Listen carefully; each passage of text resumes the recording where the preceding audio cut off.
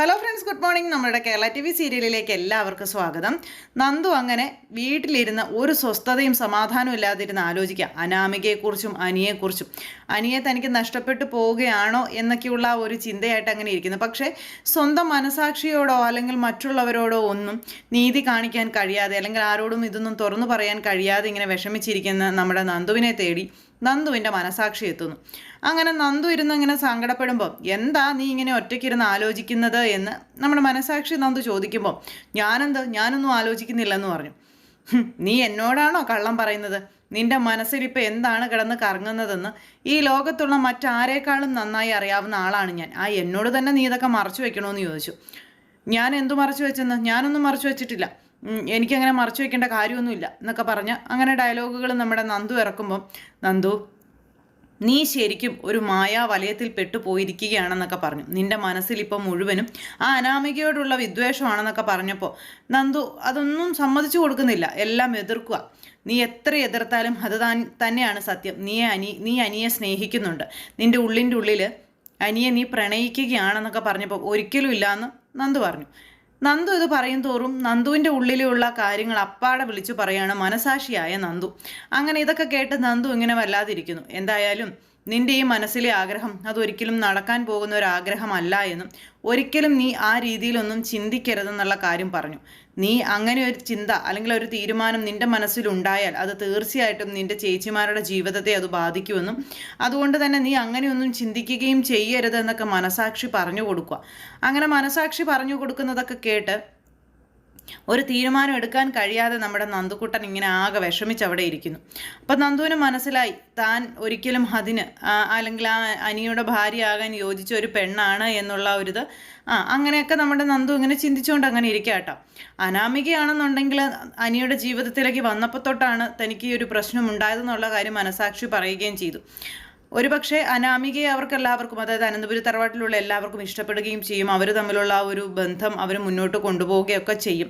അങ്ങനെയൊക്കെ വരുമ്പോൾ നീ അതിനെയൊക്കെ തരണം ചെയ്യാൻ അല്ലെങ്കിൽ അതിനെയൊക്കെ അക്സെപ്റ്റ് ചെയ്യാനായിട്ട് പഠിക്കണം, അല്ലാതെ നിനക്ക് അവിടെ കയറി കൂടണം എന്ന് നീ ചിന്തിക്കരുത് തുടങ്ങിയ കാര്യങ്ങളൊക്കെ പറഞ്ഞു. എപ്പോഴും നിൻ്റെ നവ്യ ചേച്ചി പൊക്കോട്ടെ, മറിച്ച് നയന ചേച്ചിയുടെ ജീവിതം അതിനൊരു പ്രശ്നവും വരാതെ നീ നോക്കണം, അതൊക്കെ പറയൂ കേട്ടോ. അപ്പോൾ അങ്ങനെയൊക്കെ കേട്ട് നമ്മുടെ നന്ദു ഇങ്ങനെ ഇരിക്കുന്ന മനസാക്ഷി നന്ദു അങ്ങ് പോയി.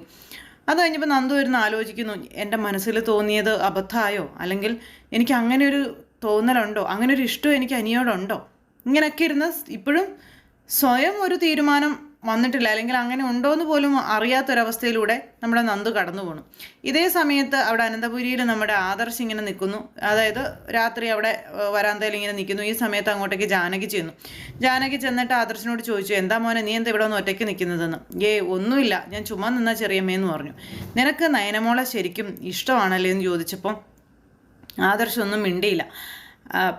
അത് പിന്നെ നീ എന്നോട് കള്ളമൊന്നും പറയണ്ട, നീ അമ്മയെ പേടിച്ചാണ് നയനമോളെ ഇഷ്ടമല്ല എന്ന് എപ്പോഴും പറയുന്നതെന്ന് ചെറിയമ്മയ്ക്ക് നന്നായിട്ട് അറിയാം. ചെറിയമ്മയ്ക്ക് നിന്നെ നന്നായി മനസ്സിലാകും. എന്തായാലും എൻ്റെ മോന് അപ്പം നയനെക്കുറിച്ച് കുറേ കുറ്റം പറഞ്ഞു. അപ്പോൾ നയനെക്കുറിച്ച് കുറേ കുറ്റം ആദർശ് പറഞ്ഞപ്പം എന്തിനാ ഇരുട്ട് പറയാക്കി ആ ഒരു ഇതിൽ നിൽക്കുന്നത്. അപ്പോൾ നന്ദുവിൻ്റെ കാര്യങ്ങളും അതുപോലെ തന്നെ അനിയുടെ കാര്യങ്ങളും ഒന്നും അറിയില്ലാത്തത് കൊണ്ട് നമ്മുടെ അനിയെക്കുറിച്ചും അവിടെ വെച്ച് നമ്മുടെ ജാനകി ഇങ്ങനെ ആദർശനോട് പറഞ്ഞു. അപ്പോൾ ഈ അവന്തികയുടെ കാര്യങ്ങൾ പറഞ്ഞപ്പോൾ അത് നല്ലൊരു കുട്ടിയല്ലേ എന്ന് ചോദിക്കുക. അപ്പോൾ ഇന്ന് രാവിലെ കയറി വന്ന് കണ്ട അനാമിക നല്ല കുട്ടിയാണെന്ന് നീ പറഞ്ഞു. ഇത്രയും ദിവസം നിന്നോടൊപ്പം ജീവിച്ച് നിനക്ക് വേണ്ടി ഇത്രയും കാര്യങ്ങളൊക്കെ ചെയ്ത നയനമോൾ നല്ലതാണെന്ന് പറയാൻ നിനക്ക് എന്താ മടിയെന്ന് ചോദിച്ചു. അനാമികയെ പോലെയല്ല നയന എന്ന് പറഞ്ഞപ്പം അതെ, അനാമികയെ പോലെയല്ല നയന, നിനക്ക് അവളെ ഇഷ്ടമാണെന്ന് എനിക്കറിയാം. അമ്മയെ പേടിച്ച് എന്തിനാ നീ ഇങ്ങനെയൊക്കെ കാണിക്കുന്നത്? എന്തായാലും നിന്നേക്കാൾ കൂടുതൽ എൻ്റെ മോൻ അവളെ മനസ്സിലാക്കിയിട്ടുണ്ട്, അതായത് നയനമോളെ മനസ്സിലാക്കിയിട്ടുണ്ട്. അവൻ എത്രയോ പ്രാവശ്യം നിന്നോട് പറഞ്ഞു തന്നു നയനമോളുടെ ക്വാളിറ്റിയെ പറ്റി. അതൊന്നും കേൾക്കാൻ പോലും നീ തയ്യാറായിട്ടില്ലല്ലോ. നീ എന്തിനാ അമ്മയെ പേടിച്ചുകൊണ്ട് ആ കുട്ടിയെ വേദനിപ്പിക്കുന്നതെന്നൊക്കെ ചോദിച്ചുകൊണ്ട് നമ്മുടെ ദേവയാനി കേൾക്കുന്നുണ്ടോ എന്ന് പോലും അറിയില്ല. പക്ഷെ ഇവരങ്ങനെ നിന്ന് പറയുന്നു. അപ്പോൾ എനിക്ക് അങ്ങനെയൊന്നുമില്ല, എനിക്ക് എൻ്റെ അമ്മയും വലുതാണ് അല്ലെങ്കിൽ എൻ്റെ കുടുംബം വലുതാണ് എന്നൊക്കെ പറഞ്ഞുകൊണ്ട് ആദർശ് ഇങ്ങനെ മുട്ടായുക്തികൾ ഓരോന്ന് പറഞ്ഞുകൊണ്ട് നിൽക്കുമ്പം ആദർശ് മോനെ, നീ ഈ ചെയ്യുന്നത് വളരെ വലിയ തെറ്റാണെന്നുള്ള കാര്യം ജാനകി പറയാം. നിൻ്റെ കുടുംബം നിനക്ക് വലുതാണ്, അതുപോലെ തന്നെ നിനക്ക് വലുതാവേണ്ടതാണ് നിൻ്റെ ഭാര്യ, അതും നിൻ്റെ കുടുംബമാണെന്നൊക്കെ പറഞ്ഞുകൊണ്ട് ഇങ്ങനെ കുറേയൊക്കെ പറഞ്ഞു കൊടുത്തു. പറയാനുള്ള കാര്യമൊക്കെ പറഞ്ഞിട്ട് ജാനകി അങ്ങോട്ട് പോയി. ഇനിയിപ്പോൾ തീരുമാനം എടുക്കാതിരിക്കാതൊക്കെ ആദർശിൻ്റെ ഇഷ്ടമാണല്ലോ. അങ്ങനെ അതെല്ലാം കേട്ട് ആദർശൊന്നും മിണ്ടാതെ ഇങ്ങനെ നിന്നു. ദേവയാനി അങ്ങ് പോവുകയും ചെയ്തു. ഇത് കഴിഞ്ഞപ്പോൾ പിന്നെ ആദർശ് നേരെ നയനക്കരികിലേക്ക് ചെല്ലുക. നയനക്കരികിലേക്ക് ചെന്നപ്പോൾ ആദർശിൻ്റെ നയന മൈൻഡ് പോലും ചെയ്യുന്നില്ല. അപ്പോൾ നയന ഇങ്ങനെ നയനയുടേതായ കാര്യങ്ങളൊക്കെ ചെയ്ത് മുന്നോട്ട് പോകുമ്പോൾ ആദർശ് ചോദിച്ചു, നിനക്കെന്താ ഒരു ഗൗരവം? എനിക്ക് ഗൗരവമൊന്നുമില്ല, ഞാൻ എന്നും ഉള്ളതുപോലെ തന്നെയാണെന്ന് പറഞ്ഞപ്പോൾ ഇതാ നിൻ്റെ തറുതല എനിക്ക് ഇഷ്ടപ്പെടുന്നില്ലെന്ന് പറഞ്ഞത്. തറുതലയോ? ഞാൻ എന്താ ആദർശേട്ടാ തറുതല പറഞ്ഞത്? എൻ്റെ സ്വഭാവം ഇങ്ങനെയാണ്, ഞാൻ ഇങ്ങനെയാണ് മുന്നോട്ട് പോകുന്നതെന്നല്ലേ പറഞ്ഞുള്ളൂ. അതിങ്ങനെ തറുതലയാകുന്നത്. അതുമാത്രമല്ല, എന്നെ ആത്മാർത്ഥമായി സ്നേഹിക്കാതെ മുത്തശ്ശിനു വേണ്ടി എന്നെ വിളിച്ചുകൊണ്ട് വന്ന ഒരു വ്യക്തിക്ക് മുന്നിൽ ഞാൻ എന്തിനാ ഒരുപാട് സന്തോഷം അഭിനയിക്കുന്നത്? അതിൻ്റെ ആവശ്യം എന്തായാലും ഇല്ല. എന്നോട് യഥാർത്ഥ സ്നേഹം ഉണ്ടായിരുന്ന ആദർശേട്ടനെ യഥാർത്ഥത്തിൽ സ്നേഹിക്കാൻ എനിക്ക് കഴിയുമായിരുന്നു. പക്ഷേ എന്നെ വിളിച്ചുകൊണ്ട് വന്നതിൻ്റെ ആ ഒരു സത്യം മനസ്സിലായതോടുകൂടി എനിക്കതിനൊന്നും കഴിയാതെയായി എന്നൊക്കെ പറഞ്ഞ് നമ്മുടെ നയൻ ഇങ്ങനെ ആദർശനോട് പറയാം. അപ്പം നീ എന്നെ തെറ്റിദ്ധരിച്ചിരിക്കുകയാണെന്ന് പറഞ്ഞപ്പോൾ എനിക്ക് ഒരു തെറ്റിദ്ധാരണയില്ല, ശരിയായ ധാരണ മാത്രമേ ഉള്ളൂ ആദർശേട്ടാ. പക്ഷേ ഇതിങ്ങനെ മുന്നോട്ട് വിടാൻ ഞാൻ തീരുമാനിച്ചിട്ടില്ല. ഞാൻ എന്തായാലും മുത്തശ്ശനോട് ഈ കാര്യം പറയും എന്നിങ്ങനെ പറഞ്ഞു. നീ എന്തു പറയും? എന്നോടുള്ള ആത്മാർത്ഥ സ്നേഹം കൊണ്ടല്ല, മറിച്ച് അമ്മയ്ക്ക് വേണ്ടിയിട്ടാണ് അമ്മയെ പേടിച്ചിട്ടാണ്, അല്ലെങ്കിൽ മുത്തശ്ശന് വേണ്ടിയിട്ടാണ് എന്നെ സ്നേഹിക്കുന്നത്. ഇപ്പോഴും എന്നോട് വെറുപ്പ് തന്നെയാണെന്നുള്ള കാര്യം ഞാൻ പറയും എന്ന കാര്യം നമ്മുടെ നയന ആദർശനോട് പറഞ്ഞപ്പോൾ നീ അങ്ങനെയൊന്നും പറയരുതെന്ന് പറയും. അപ്പം നയനെ അത് പറയും എന്ന് പറഞ്ഞത് ആദർശന് പേടിയായി. പക്ഷേ ഇവർ തമ്മിലുള്ള സംസാരം പുറത്തു നിന്ന് നമ്മുടെ മുത്തശ്ശൻ അത് കേട്ടു. മുത്തശ്ശൻ അത് കേട്ട് കഴിഞ്ഞപ്പോഴത്തേക്കും മുത്തശ്ശനാകെ തകർന്നു പോയി കേട്ടോ. ശരിക്കും പറഞ്ഞപ്പോൾ മുത്തശ്ശൻ്റെ കണ്ണിൽ പൊടിയിടുകയായിരുന്നു ഇത്രയും ദിവസം ആദർശം എന്നുള്ള സത്യം അറിഞ്ഞു കഴിഞ്ഞപ്പോൾ. അങ്ങനെ അത് പറയുമെന്നും പറഞ്ഞുകൊണ്ട് നമ്മുടെ നയന ഇങ്ങനെ പറഞ്ഞപ്പോൾ മുത്തശ്ശനോട് പറയരുതെന്ന് പറഞ്ഞ് കയ്യേ കാലം ആദർശ് പിടിക്കുന്നുണ്ട്. പക്ഷെ നയന പറയും എന്നുള്ള ഒരു ഇതിൽ തന്നെ ഇങ്ങനെ നിൽക്കുക. അപ്പോൾ ആ ഒരു ഇത് കഴിഞ്ഞു. മുത്തശ്ശൻ അങ്ങ് പോയി. ഇവർ സംസാരവും തുടർന്ന് ഇവരുടേതായ സംസാരവും കാര്യങ്ങളൊക്കെ ഇങ്ങനെ സംഭവിക്കും. ഇതെല്ലാം കഴിഞ്ഞതിന് ശേഷം രാവിലെയായി. മുത്തശ്ശൻ ആദർശിനെ കാണാനായിട്ട് ചെന്നു. ആദർശ് ഇങ്ങനെ നിൽക്കുവാണ്. ആദർശിനോട് നയനയെക്കുറിച്ചുള്ള കാര്യങ്ങളൊക്കെ മുത്തശ്ശൻ ചോദിച്ചു. അപ്പോൾ ഒന്നും അല്ല, കാരണം ഒന്നും വ്യക്തമായി ചോദിച്ച ചോദ്യങ്ങൾക്കൊന്നും വ്യക്തമായി മറുപടി പറയാൻ ആദർശിന് അറിയില്ല. കാരണം അങ്ങനെ ഒരു ബന്ധം ഇവർ തമ്മിലില്ല. അതുകൊണ്ട് അപ്പം അങ്ങനെ സംസാരിച്ച് വന്ന കൂട്ടത്തിൽ ആദർശിൻ്റെ ഉത്തരം മുട്ടിക്കുന്ന രീതിയിലെല്ലാം മുത്തശ്ശൻ ചോദിക്കുക.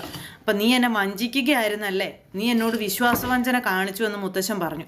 നീ ഇത്രയും ദിവസം എന്നെ പറ്റിച്ചുകൊണ്ട് മുന്നോട്ട് പോകുമായിരുന്നില്ലെന്ന് ചോദിച്ചപ്പോൾ മുത്തശ്ശൻ നീ ഇനി ഒന്നും എൻ്റെ മുന്നിൽ സംസാരിക്കേണ്ട. നിൻ്റെ അമ്മയെ പ്രീതിപ്പെടുത്താൻ വേണ്ടിയിട്ട് നീ എന്തിനാ നിൻ്റെ ഭാര്യയെ ഇങ്ങനെ വേദനിപ്പിക്കുന്നതെന്ന് ചോദിച്ചു. അപ്പോൾ ആദർശ് പെട്ടെന്ന് ഓർത്തത് എന്താ, നയനെ അത് പറഞ്ഞതാണെന്നാ. നയന മുത്തശ്ശനോട് ഇത് പറഞ്ഞെന്നാണ്. പക്ഷെ നയനെ അത് പറഞ്ഞിരുന്നില്ല. എന്തായാലും മുത്തശ്ശനകത്ത് ഒളിച്ചു നിന്ന് കേട്ടതാ. അപ്പോൾ മുത്തശ്ശ എന്നും വിളിച്ച് തൻ്റേതായ ഭാഗം ന്യായീകരിക്കാനായിട്ട് ആദർശ് ശ്രമിച്ചപ്പോൾ മതി, വേണ്ട, നിർത്തിക്കോ, എനിക്കിനി ഒന്നും കേൾക്കണ്ട എന്നും പറഞ്ഞു. നീ എന്നെ വഞ്ചിച്ചു, നീ എന്നോട് വിശ്വാസവഞ്ചന കാണിച്ചു എന്ന് പറഞ്ഞ് മുത്തശ്ശൻ ഇങ്ങനെ നടന്നിങ്ങോട്ട് പോരുന്നു. അപ്പോൾ ഈ നടന്നു പോരുന്ന പോരിച്ചയ്ക്ക് പെട്ടെന്ന് അനന്തമൂർത്തിക്ക് വല്ലാത്തൊരു അസ്വസ്ഥത, നെഞ്ചുവേദനയോ മറ്റോ തോന്നി. അദ്ദേഹം ഇങ്ങനെ നെഞ്ച് പൊത്തിപ്പിടിച്ച് അവിടെ ഇങ്ങനെ തളർന്നു വീഴുക. അപ്പോൾ ആദർശ് കാണിച്ച ആ ഒരു വലിയ ചതി അത് അദ്ദേഹത്തിന് ഒട്ടും താങ്ങാനായിട്ട് പറ്റിയില്ല. അപ്പോൾ അങ്ങനെ വന്നു കഴിഞ്ഞപ്പോൾ അദ്ദേഹത്തിനത് എങ്ങനെ ഉൾക്കൊള്ളണം എന്ന് പോലും അറിയാത്തൊരവസ്ഥ വന്നു കഴിഞ്ഞപ്പോഴത്തേക്ക് അദ്ദേഹം തളർന്നു വീണു. പെട്ടെന്ന് ആദർശ് ഇങ്ങനെ നോക്കുമ്പോൾ മുത്തശ്ശൻ വീണുപോയി.